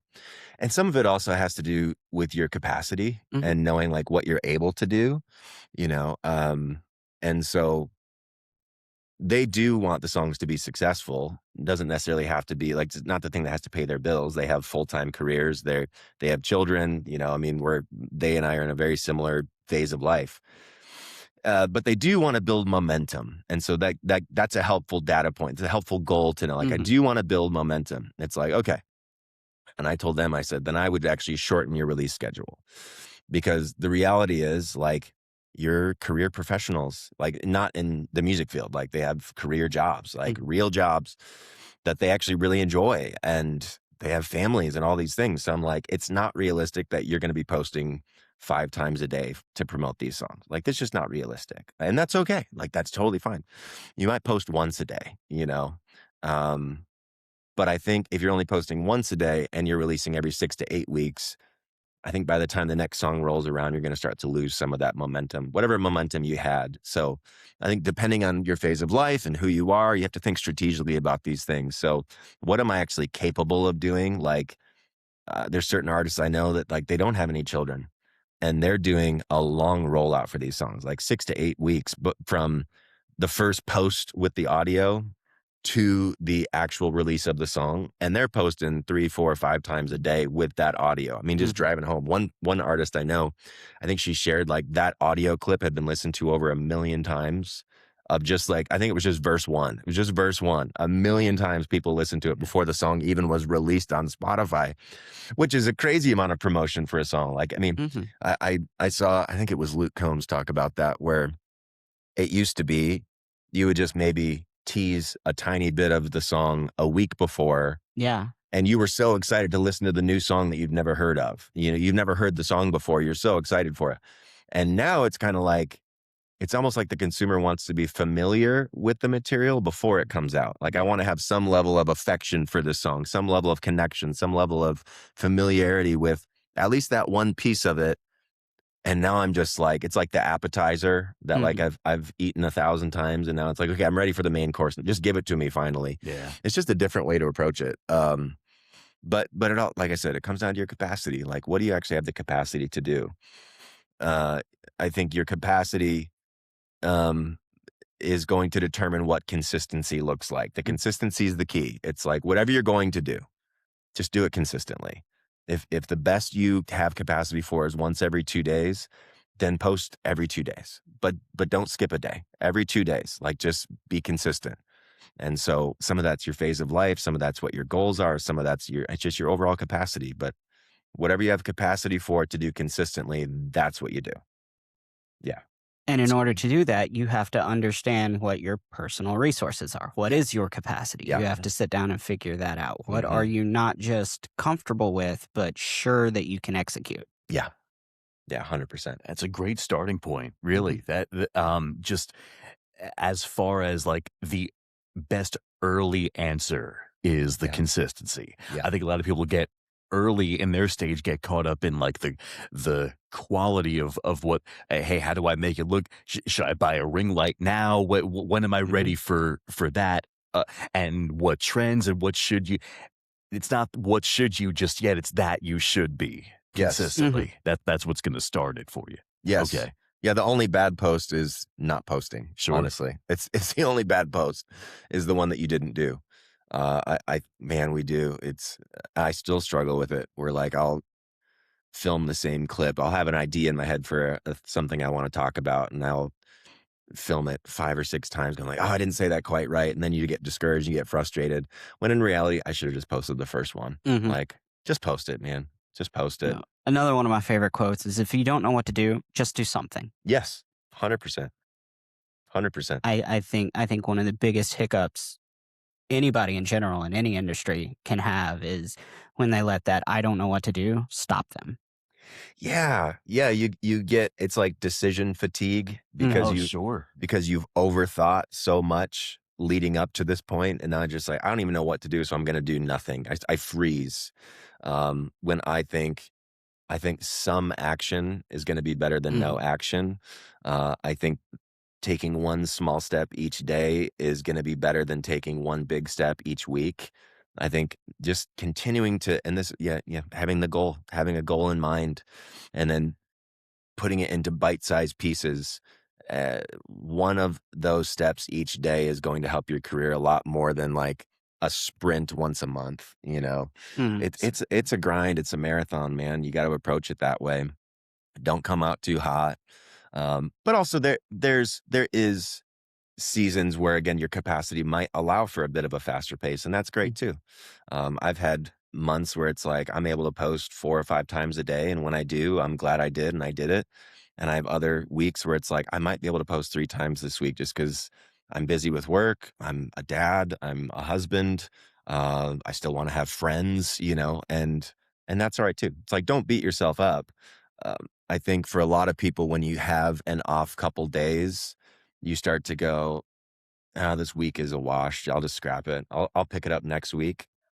But now you just turn 2 bad days into 7 bad days. Mm-hmm. We do that so Oh, easily, I'm man. terrible at that. It's, oh, well, I've already screwed it up, I've so already it screwed it doesn't up. matter now. Mhm. We When do I that with start, I start over. We do that on an hour-by-hour basis. Mhm. We even do it on a minute-by-minute basis, where, like, you had a bad phone call that maybe lasted 5 minutes, and you allow it to derail the next hour, the next 12 hours, the next Mhm. 24 hours, even beyond. We do that way too often, where we have a bad moment that we allow to become a bad day. We have a bad day that we allow to become a bad week, a bad weeks that we allow to become bad months. And that's where we are self-sabotaging, and if we can avoid that, if you look back on it when you feel like, oh, man, I had a bad day today, I would encourage people, like, okay, again, think of it like like a graph. Here's the good moments of my day. Here's the bad moments of my day. If you go, I had a bad day today, I bet you could track it back and find actually what was a bad moment, just a Mhm. little downtick that you allowed to continue spiraling down when you had every opportunity to, like, pull yourself back up, whether that's calling a friend and going, I just had a really crummy phone call. I need you to talk me off the ledge here. Mhm. Or going, uh, I didn't need to spend the next 5 hours doom scrolling on my phone. Like, I could have sat down and tried to write a song. I could have done something productive. I could have gone for a walk and just worked on breathing for 10 minutes just to, like, get myself out of that funk. We too often self-sabotage because of a bad moment, when it didn't need to be anything more than that. Mhm. Yeah. I haven't taught myself to do it in most aspects of life, but Mhm. on a gig setting on stage, Mhm. I combat that by pretending to be happier. Sure. The worse the situation, the worse mood that I would normally be in, Yeah. I match that with just brute forcing happiness Mhm. and fun. And Yeah. it's like, oh, this gig sucks. We're going to have a freaking blast. Yeah. Because I'm not going to give another option. Yeah. And 99% of the time, that works. Me being like that works for everybody on Yeah. stage. Yeah. I don't know how to translate that to the rest of life right now. But Are you playing with a band? Mhm. Well, that right there, I think, is a piece that can translate over. Like, there is something, even in a bad moment, of being able to look around at the people who are with you in it Mhm. and go, like, we're all right. Like, let's just make this fun. Let's Mhm. make the most out of this. And even if you're struggling, my guess is you have a guy who could come over and pat you on the back and go, like, pick your head up, man. We're fine. Yep. Like, let's still have a good time with this. But in a lot of life, we don't have a band on stage with us. Mhm. It takes the intentionality in that moment of going, I'm going to be vulnerable, and I'm going to text a friend and go, I just had a bad moment on stage, Mhm. and I need someone to pick me up a little bit right now. And that's the vulnerable piece that we often avoid, because it's like, oh, I don't want to be a bummer. I don't want to be the guy that I like being the guy that picks other people up. I don't want to need to be Yep. picked up. I don't want to be a bummer to somebody else's day. Um, but so often I have to remind myself, if the shoe was on the other foot and a friend called me and said, I'm having a rough moment. Can you I'm excited to I'm help. excited. I'm excited to help them. Like, but for whatever reason, we don't give ourselves the same grace in those moments. So we need community. We need friends. We're not meant to do this alone. We seem to be coming back to that point a few times. And Yeah. I Mhm. love that we do come back to that point a few times in the different topics we're touching upon, is that community is so important. And in the music industry, you find it in facets, but I will routinely say this. I don't think there's another musician community that is quite like Nashville, where I do have a group of people I could call, and Mhm. I think I would have somebody for nearly every situation. Yeah. For advice, first off, but to vent as a sounding board, or to bounce some creative ideas off Yeah. of. Really, I mean, community is so important. Yeah. And I would go so yeah. far as to say, like, not even like friends, but acquaintances and people I've worked with. I feel like I could call and just be like, hey, can we grab lunch? I just kind of need to talk. Yeah. And almost all of them would be like, absolutely. Mm-hmm. Like, 100%. no questions asked. Like, I might not have seen or talked to them in a year. Mm-hmm. And then just be like, yeah, absolutely. Mm-hmm. What are you doing tomorrow? Yep. And I've never had that anywhere else in life. Mm. It's very basic things. It's very basic things that, like, if we just take the first step, we're always glad that we did. Mhm. Like, I never regret making that phone call. I never regret going to that lunch. Like, I never regret going to that hang when I'm in a bad mood and I'm like, I just want to sit at home today. When I finally there's just that little bit of resistance that, again, like the fear, the insecurity, the doubt, the discouragement. It, it makes it feel like this huge wall to try to overcome to get to that better place. It's actually a much smaller barrier than what we give it Mhm. credit for. It doesn't take much. The moment you dial that phone number, that wall becomes just this tiny little thing that you can step over quite easily. I was just fixing to say, half the time, by the time you get to that lunch, Yes. you don't even really need it anymore. It's just Yeah. like, okay, well, I'm feeling better, so let's just hang out and chat. Yeah. Here's what Yeah. happened. I get it. It's over. Yeah. What are you ordering? Oh, 100%. It is the idea of self-care, like it's basic stuff. It's like a coffee hang with a friend, go for a walk, hit the weight room if you like working out, try to eat something healthy that day, stay off your phone.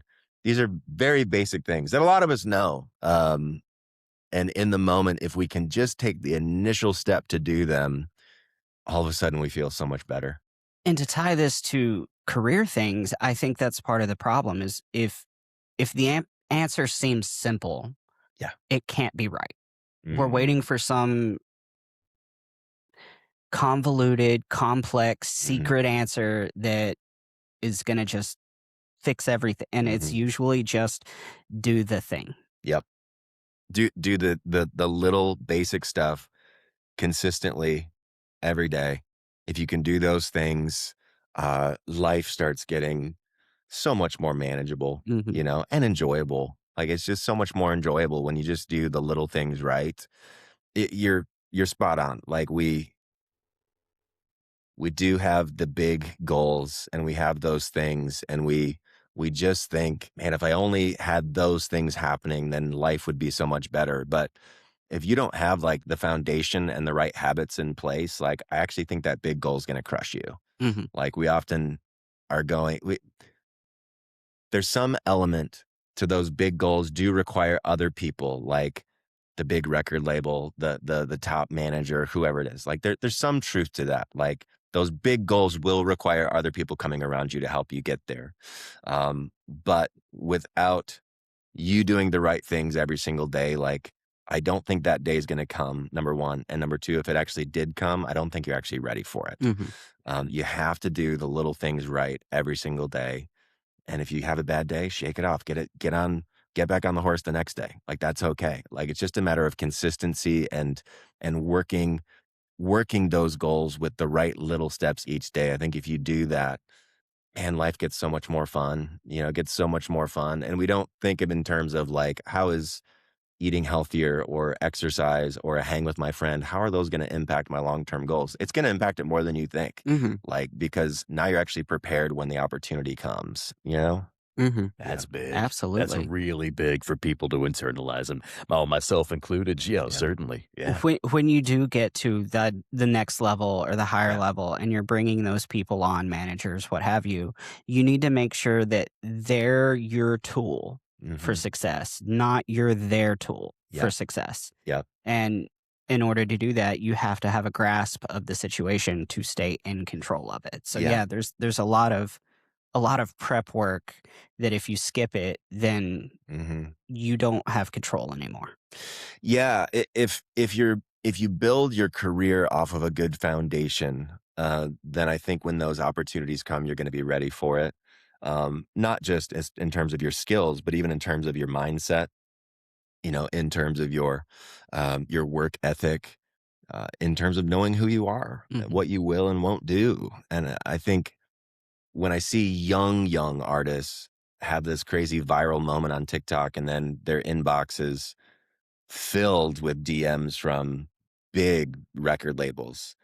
Um, and within 6 months, I'm going, that doesn't seem like who you are. Like that. Oh, okay. The songs you're writing now seem a lot different. Like the way you're performing seems a lot different. Everything about you now seems very, very different. and there's going to be some element to that, but you have to know, like, okay, who am I as an artist? What are my non-negotiables? Mm-hmm. And those non-negotiables, you develop that with time of going like, yeah, this is who I want to be. These are lines I will cross. These are lines I won't cross. Here's my non-negotiables. These are the things that's important to me. And those are things that you build with time. You know, I I wouldn't want to be an 18-year-old who goes crazy viral and Mm-hmm. then has to navigate all of that without ever having those foundations built yet. Like Yeah. that'd be a hard situation. You know, I feel for those kids, man. That's a hard situation.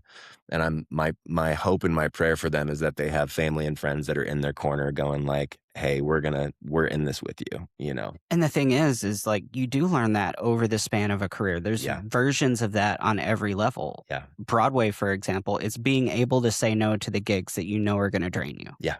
I am, after 10 years, am just now fortunate enough I only say yes to gigs I want. That's great. I only play with people I enjoy being around. Yeah. And my quality of life has completely blown up. Like, it is amazing. I feel so much better, even in the worst aspects of my world. It is so much better than it was even a year ago. Yeah. And if you are that young viral sensation, you don't get to say no. There's no way. You don't know that that's an option.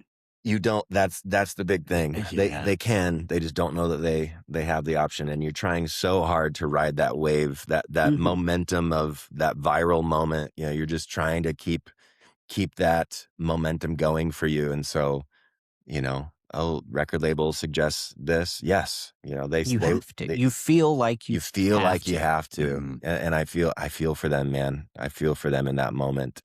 Because I'm sure some of it actually feels quite out of control. You know, it's this big wave that you somehow caught. You somehow caught it, and you're just holding on for dear life. You know, hoping that everything's going to be okay. I feel for them in that moment. Yeah, yeah. Learning that you can say no is, I think, a really great skill to develop. Learning.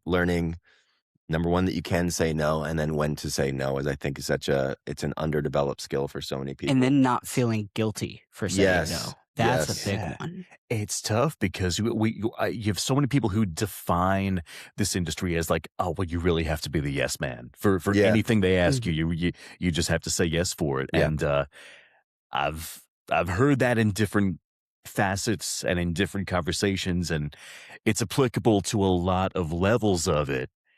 So how do you maintain your autonomy? How do you maintain that sort of decision making for yourself? I don't know. I think that goes back to knowing your capacity. Well, yeah. Understanding your resources and staying within them so that you're not breaking yourself. Yeah. Yeah, I fully agree with that. Oh, yeah. I agree with that too. Certainly. It's hard, though. It is hard because, I mean, every music career starts in the same place. And, you know, if you have an opportunity to play and make money, it always feels like that might be your last one. So you have to take it. And then the next 5 calls you take. And then before you know it, you're just wore out and you're not doing yourself any service whatsoever. You're not doing your musicianship any service whatsoever. Yeah. You're making yourself worse at your job because you're afraid you won't have it anymore. Well, I think that, to circle back to a previous topic, I think that's where learning how to make money in different ways through music takes some of that pressure off of having to say yes to the only one thing you've invested in. You know, the band I worked with this last week. Like I said, they have full-time careers. Like, and what I told them is like, man, this season is such a blessing, and you need to view it that way. Like, music doesn't have to pay your bills right now. And you have great jobs. You're not struggling to like get by. You're doing well. Like, music can be right now something that you just really love and enjoy. Like, for as long as possible, keep that going. Like, keep that going. if there comes a tipping point where you have to make some changes, then like, fine, like we'll navigate that when it comes. But for now, like, enjoy the fact that music can just be what you want it to be, and you get to call all the shots. Mhm. And, and they're amazing artists to work with. Like they're incredibly humble and talented and gifted. And on top of it, they are not burdened with this pressure of like, I have to make this work. So like, I'm going to sacrifice X, Y, and Z to make it work. Like music can just be enjoyable. Not everyone's in their position, but for as long as you can, if music can be just the thing that you enjoy and you're doing it your way, that's beautiful if you can do that. Yeah, Absolutely. which is hard. Not all of us are in that position. It is, and sometimes you need to deviate just a little bit, Yeah. maybe take something that's not quite right Yep. to understand what is right. Yeah, I think there's, depending on where you're at in your career, there is sacrifices that you can Mhm. make.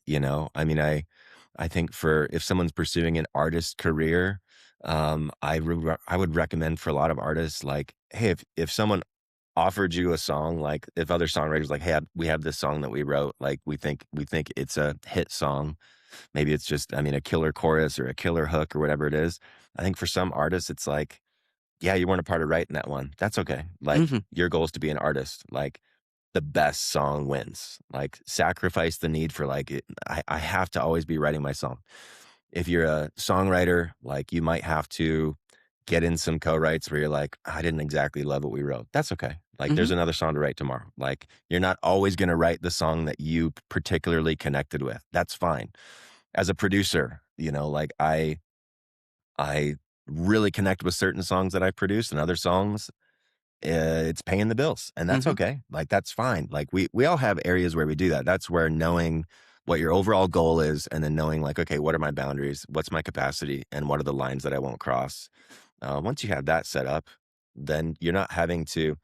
I think if you haven't had those conversations with yourself, Mhm. Yeah, and if you haven't written it out on paper, then every time an opportunity comes your way, you're having to now, in a stressed out moment where life is already busy, you're now having to try and think through all of that. And every Yep. single time an opportunity comes in, and you're almost having to think through it from scratch every time, Mhm. as opposed to already knowing, okay, what are my goals? What are my non-negotiables? What are the lines that I won't cross? Um, and then I just take the opportunity and I put it in that framework and go, does it meet this? Yes. Okay, cool. Then that's an easy yes. Mhm. If it's a no, all right, then that's a no. You can always make some deviations like, ooh, this is a tight month financially. I need to take that gig. Even though it doesn't exactly line up with this, like I need to take it for the sake of my family or for the sake of paying, the electric bill. Great. Like do Right. that. Um, but if you don't have those things already figured out, life actually feels a lot more stressful because you're Mhm. trying to figure out stuff in the moment, uh, all the time. Like, I don't know about you guys, but for me, when I feel like I'm putting out little fires constantly, like I do not enjoy my life. If I'm Mhm. constantly just putting out little fires instead of focusing on the few things, life feels really hard and really challenging. It's for me, I recently saw a few people talk about this where it's like the night before, make your list for the upcoming day. That actually has helped me a lot. Like the Mhm. night before, look at my calendar for the next day, write like, okay, here's the 3 things I have to get done today, no matter what. Like I will get these 3 things done. The moment those 3 things are done and off my plate, like, oh wow, that feels so good. Like I did the things that I was supposed to do today. And now the rest of it's just gravy. Like if I want Mhm. to work on something else, I can. There are fires that you have to pivot and put out. But what was hard for me in the past when I had to deviate and put out a quick fire, because those things come like, got to take a kid to the ER or some client needs a Yeah. project done really fast. What used to be hard was I just put out all of this energy I didn't plan on putting out. I now feel a little frazzled and a little exhausted. If I didn't have a plan for the day, it was much harder for me to regroup Mhm. yeah. and go, what am I even going to work on today? I feel so frazzled. I feel so fried. Now it's much easier when you go, I have my list. Just take a quick peek. I got it. Okay, work on that. That's all you got to do. Mhm. I think music and creativity is this free flowing, ethereal thing. But as artists, I think actually adding a little more structure and a little more strategy and a few more lists to their world would help them a ton. And it actually frees them up to be more creative. Oh, absolutely. One of the things that I do when I'm teaching and have learned that it applies to life is if we are working on creativity, I don't just say, all right, do something. Yeah. Because there's too much. You can't pick when everything is an option. Yeah. But if I give very specific, extremely limiting rules, people get creative real fast. So if it's, you can only use your right hand on a floor tom, and your left hand can go between hi-hat and snare, and that's it, and you got to come up with a different feel every 4 measures. Yes. That's how you strengthen your creativity. Totally. Give yourself rules, give yourself a structure, and learn how to play within that and manipulate what seems like no options into a million options. Yeah. And then going back to your little fire statement, anytime you live your life reactively, you can't drive. You can't pick a direction. You are governed by those little fires. So if you're proactive and you can eliminate the option for those fires in most aspects, and you're only dealing with outliers, then you have way more control over every situation you're in. Yep. I harp that all the time. Like this is the biggest mental difference between me and my girlfriend is like, I use the cup of milk example. If I walk in the kitchen and there is a cup of milk on the edge of the table, I'm moving that cup of milk because it is way easier to move it now than to clean it up later because it will inevitably be on the floor. Sure. Yeah. Sure. And she's very much when it breaks, I'll fix it. And we clash on that all the time. It's like, but you shouldn't have had to fix it. Like we could have prevented it. Yeah. And having that mindset, like, all right, these are the things that might happen. What can I do to make sure that there's less of a variety? What can I do to limit the options so that I know more likely than not what's going to occur? For sure. I think guardrails are wonderful things. Oh, yeah. Because, otherwise you could just you do a million different things. So having guardrails, I think, is so great. I think having even limitations is super helpful. If you know that like a co-write has a set end time, like that actually helps, because you're like, okay, we got to finish this. I also think with co-writing, recognizing that like a co-write is just a first draft. For me, it's always like, get the first draft done. Like that's the goal, get the first draft done. But having limitations, like, man, I think that actually inspires creativity, even on like a production perspective, like I work out of a home studio. I've done some acoustic treatment in the room, I put a couch in there, make it feel a little bit cooler than like just somebody's basement or bedroom. I think sometimes though, working with, I don't have a dozen different mics. I have my workhorse Neumann TLM 102. Like I love that microphone. I use it for everything. I think even with plugins, I think if you're a producer, like I think sometimes more plugins is not the right answer. I've invested in certain plugins where you're like, oh, that's going to be the thing that fixes that's the plugin. That's the miracle solution. You watch the promotional video and you're like, that's an incredible plugin. I'll pay, $59 for it. And I never end up using those because it just is like, a basic EQ plugin is all you need for that, like a basic compression plugin. I think sometimes, that's probably a good metaphor for life is like sometimes the best option is just the stock plugin. Just if you can just use the stock stuff really well, like life gets really simple and actually really good. Get really good at the basics, set some good limitations for yourself. I think even for people in terms of habit building, I think there's so much there too. I think that's something a lot of us struggle with is like, man, I want to write every day, but it's not a habit. And then again, if you ask the right questions, you go, okay, what do you write on? It's like, oh, I write on my acoustic guitar. Where do you keep your acoustic guitar? Well, it's up in a bedroom. Throughout the day, how often are you up in that bedroom? Not very often. It's like, okay, like, make it more convenient. What if you moved the guitar to the living room? Yeah. What if you moved the guitar to the living room and now every time you walk past it, the moment you have that creative idea, the guitar is right there to grab, you know, and work on that creative idea. Because when I'm downstairs cooking and I have the creative idea, I would have to stop cooking to go upstairs to the bedroom to grab the guitar and try and do that. That's way too inconvenient.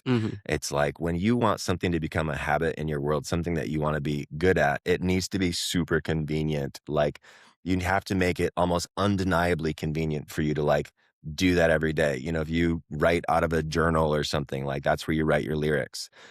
That journal should be on the side table of your favorite chair where it's always there. You know, like you have to make it super simple. The more simple you can make it, the more often you're going to do it. Yes. And I love that stuff. That stuff just, it makes me happy.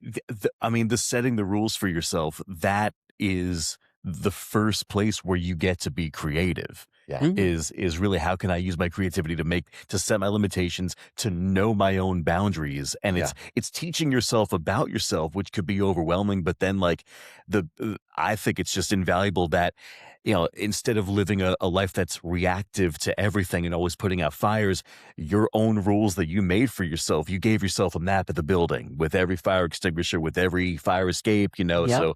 So now it's like, okay, I'd rather, instead of being so good at putting out fires, I now know the entire building. I know where everything is, and should something happen, I already have an answer for it. So I remember, I mean, you could apply that to every facet of this career, I think, and this industry, but playing on Broadway, which is what I primarily do like right now, and sure, pivoting from there is great, but when I first started about 3 years ago, it was just diving in. It was answering to all those posts and diving in. And now looking back at those gigs, I'm like, oh, I definitely played that song wrong. I know that there was that, but diving in and then seeing it snowball, but then learning my own limitations, albeit the hard way. But it gives you so much power to now, after a few years, I can have my own rules of I'm only playing with some people only play with people that they know. I mean, you could make rules for yourself, or determining your off time, or when you'll travel that year, or when you'll do something like personally fulfilling, taking a step away. It's I don't know. It could be overwhelming, the make your own hours part of it, but I don't know. It becomes also less so the more of an understanding you have. Yeah, and like a prime example is I don't like to do doubles. Doubles are not healthy for me. They make me feel bad. I don't like to do doubles. I'm doing a double tonight because it's an easy gig. It's an 8 to midnight, so it's not a full closing shift. It's with somebody I really enjoy playing with. It's super fun. So I went ahead and took it because I understand the setting. I understand that even though I'm not going to feel as good tomorrow, it is going to be a good time, and I'm going to wish I had done it regardless. So I can do it. Yeah. It's less a flex on your own boundaries and more like, no, I'm making an informed decision. Yes. And this is coming from a place of experience. Yeah. It's coming from a place of structure, and you are leading your own life. Like you're not just being tossed by the wind. Like you have a plan. And because you made a plan, you can also change the plan whenever you want. And you always have that plan to fall back on. Like that's the beauty of setting some of these things up, is like you're not actually out of control by taking that double tonight. You're actually very in control, and you know yourself. And that's why you're able to say at the end of the day, I'm driving. You are. And that's the goal. Yes. Make sure you're driving. 100%. And I think that's for so many people feel like they're out of control because they're going, well, so-and-so, you know, that like that manager doesn't want to work with me, or this person doesn't want to work with me, or this hasn't happened yet. And so you feel out of control. You feel like you're not in the driver's seat. That concept is so reciprocal. Like if you don't want to work with me, I shouldn't want to work with you. Yeah. We're not going to work together. Yeah. That's the end of the story. Yeah. If I'm trying to make you want to work with me, I'm changing what I'm wanting to do to fit you. Yeah. And I learned the hard way, if you're trying to be everybody's everything, you're nobody's anything. Yeah. I lost more gigs trying to be the right drummer for the gig than to find the right gig I'm the drummer for. Yeah. Yep. I've I've learned a lot that affects in like the publishing world a lot too. Like if you're a songwriter trying to like find a good pub deal, it's helped me to think of publishers almost like a basketball team in a way of like there's roster spots. Like, you know, I don't know if you guys know basketball at all, but like there's positions, there's point guards, there's shooting guards, there's small forwards, there's centers. And they may be saying no to you, not because you're good enough, but because you play a certain role, like the type of songs you write, or maybe you're a track writer, or you're a top liner, or you're more of a lyric person. And they've just already filled those spots. Like, it's not personal. Yeah. Sometimes it's just like, hey, we've already filled that role. I think you're great. But the moment you start not taking that stuff personal and go, some of these decisions are not based on my ability. It's based on their capacity. It's based on the positions that they have and whether or not they already have filled them. That's fine. Like that starts to take some of that pressure off of like, well, what if they don't pick me? What if they don't like me? What, you know, it's not actually, most of the time, it's not a matter of they don't like you. It's just they don't have capacity to work with another person in your position. That's okay. You don't want to try to twist their arm to take you on, because now you're going to be playing on a team where you're actually not going to get the attention that you deserve as a songwriter, as an artist, if you forced them somehow to like work with you, even though they're telling you we don't have the resources or capacity or team to actually help you, but you somehow twisted their arm to say yes. I think that's going to be a rough experience. Oh, absolutely. You have to find the position, the opportunity, the company, the person that wants to work with you and can work with you. Like that's the best case scenario. Like that's a place where you're going to thrive. And it just takes being a little bit patient. I think it's fine to knock on doors. I don't think there's a problem with it. But like I said, when it comes to publishers, labels, managers, the best case scenario is that you've done so much work that like they're now knocking on your door. Now you're actually in a position of power. Like you're in the driver's seat at that point. If you somehow convince people to like take a look at you, they're in the driver's seat. And that's a rough place to feel like you're in. If you're not in the driver's seat, now you feel out of control. You're going to start saying yes to things that you shouldn't say yes to. And that's going to, in my opinion, lead to burnout. Like you're going to get burned out doing that pretty fast. Absolutely. Yeah. And you touched on it. The overwhelming majority of the time, whether or not you get the gig has nothing to do with your ability to play. Yeah. If you're here, you can probably fill the gig. Yeah. It's one of these other things. So on the podcast, we have our number one rule. The number one rule, if you want to be successful, is don't be a dick. Number two is effort goes a long way. If people see you trying, they are more willing than ever to work with you. It's when they don't think that you're putting in the effort that they're not interested. As a last segment on this show, I want to come up with a rule 3. Okay. So we don't be a dick. Effort goes a long way. What would be your rule 3? Wow. That's a great one. The